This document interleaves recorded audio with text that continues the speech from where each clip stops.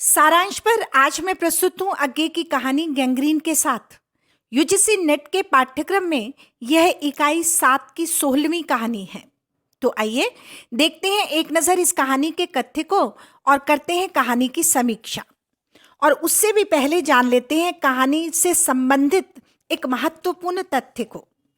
दोस्तों, ये कहानी सबसे पहले गैंग्रीन नाम से प्रकाशित हुई थी और बाद में इसका शीर्षक गैंग्रीन से बदलकर रोज रख दिया गया था। आगे के कहानी संकलन विपत्तिका के पहले संस्करण और 5वें संस्करण में 1990 में नेशनल पब्लिशिंग हाउस द्वारा दिल्ली से इसका प्रकाशन किया गया था। अब जान लेते हैं इस कहानी से जुड़े हुए गैंग्रीन शब्द के अर्थ को। दोस्तों, गैंग्रीन जानलेवा स्थिति की तरफ संकेत करने वाला एक रोग है। बाह्य तौर पर स्वस्थ दिखने वाले किसी व्यक्ति के शरीर में और उसके शरीर के किसी भाग में जब बड़े ऊतक समूह सड़ने प्रारंभ होते हैं तो यह रोग व्यापता है। जी हाँ, बिल्कुल वैसे ही जैसे बाह्य तौर पर समृद्ध और स्वस्थ व्यक्ति में जो दिखाई देता है हमें स्वस्थ, उस व्यक्ति में उसकी इच्छाएं और स्वप्न मरने लगते हैं, सड़ने लगते हैं।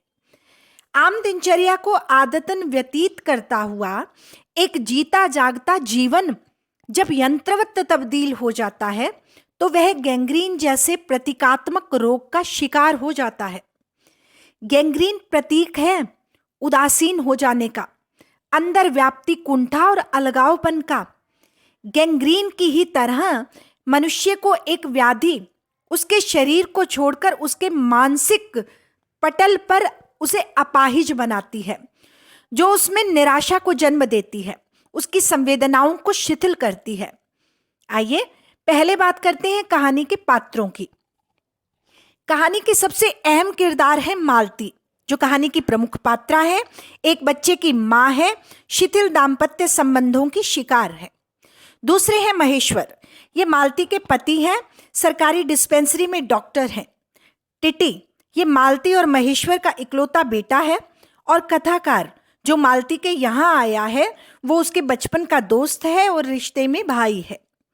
दोस्तों, ये कहानी हमें 3 अलग तरह की संवेदनाओं का आभास करवाती है। एक लंबे अरसे के बाद मालती का यह मित्र उससे मिलने उसके घर आता है। औपचारिकतावश मालती उसकी आवभगत तो करती है, परंतु अपने से मिलने आया देखकर भी क्षणिक भी उत्साहित नहीं होती। अब लेखक महसूस करता है कि किस प्रकार एक चंचल बातूनी लड़की विवाह के उपरांत यंत्रवत स्त्री में बदल गई। बातचीत में भी उसकी प्रतिक्रिया हाँ ना में सीमित रहती है। ऐसे लगता है जैसे वो संवेदन शून्य जैसी स्थिति में आ गई है। ना उसके पास कुछ कहने को है, ना उसके पास कुछ पूछने को है। वो जवाब भी हाँ और ना केवल इन्हीं शब्दों में देती है। कभी घर का कार्य करती है, कभी बच्चों को देखती है। मालती की बाह्य दिनचर्या हमें कहानी के प्रारंभ में दिखाई देती है। ऐसे ही जब हम थोड़ा सा कहानी में और आगे बढ़ते हैं तो इस भाग में हम मालती की मनस्थिति को कुछ और स्पष्ट रूप से महसूस करते हैं। उसकी शारीरिक क्रिया प्रतिक्रिया उसकी अपनी मानसिक बेचैनियों और द्वंद्व को जैसे आवाज देने लगती हैं। कहानी के अंत में पहुंचकर कहानी के अंतिम क्षणों में हम यंत्रवत तब्दील हुई मालती को देखते हैं। उसके लिए महेश्वर का डिस्पेंसरी से लौटना, गैंग्रीन पीड़ित मरीजों का जिक्र, पानी का रोज ना आना और फिर अचानक आ जाना, घंटे की आवाज, टिटी का रो देना, उसका पलंग से गिर जाना, ये सब आम दिनचर्या है। मालती की जिसमें एक भी संवेदना ना सुखद महसूस करती है ना दुखद महसूस करती है। वो ना उत्साहित होती है ना किसी बात से उत्तेजित होती है। दरअसल मालती प्रतिनिधित्व करती है उस महिला वर्ग का जो विवाह के उपरांत एक यंत्रवत जीवन जीने की आदी हो जाती हैं। दाम्पत्य संबंधों की शिथिलता, उनके स्वप्न, इच्छाएं, आकांक्षाएं, महत्वाकांक्षाएं, सब कुछ एक उबाऊपन में तब्दील हो जाता है और उबाऊपन उनकी दिनचर्या बनकर रह जाता है। यह यंत्रवत उबाऊपन वाला जीवन व्यक्तित्व का ह्रास करता है। दोस्तों, बात ये नहीं है कि सिर्फ स्वप्न मरते हैं। वस्तु स्थिति यह है कि स्वप्न के आड़ में व्यक्ति की योग्यता मरती है, उसकी रुचियां मरती हैं। उसके लिए जो एक बहुत बड़ा स्थान अपेक्षित होता है वो ज्यों का त्यों रह जाता है।